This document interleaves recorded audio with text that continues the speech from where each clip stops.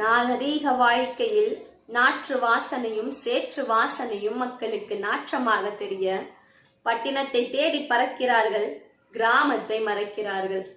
மும்மாறி பொழிந்த மலை, முப்போகம் விளைந்த நெல், பசுமையால் செழித்த பூமி, பசியாறிய உலகம். மேலும் மருந்துகள் இல்லாத அந்த காலத்தில் இயற்கையாய் விளைச்சல். 6 மாத பயிரால் ஆயுசு 100, 3 மாத பயிரால் ஆயுசு பாதி. இயற்கை ஊண்டவன் இயற்கையால் மடிந்தான். பல குபேரனும் சோற்றில் கை வைக்க, தனை வருத்தி சேற்றில் கை வைத்து பாடுபடுபவன் இணையில்லா விவசாயி. நெற்பயிரும் தலை நிமிர்ந்து நிற்கும் வரை எத்துணை போராட்டம், எத்துணை உழைப்பு. போன வருடம் மழை பொய்த்து வறுமையால் வாடி நின்றாலும் தன்னம்பிக்கை தான் கொண்டு வயல் இறங்குவான்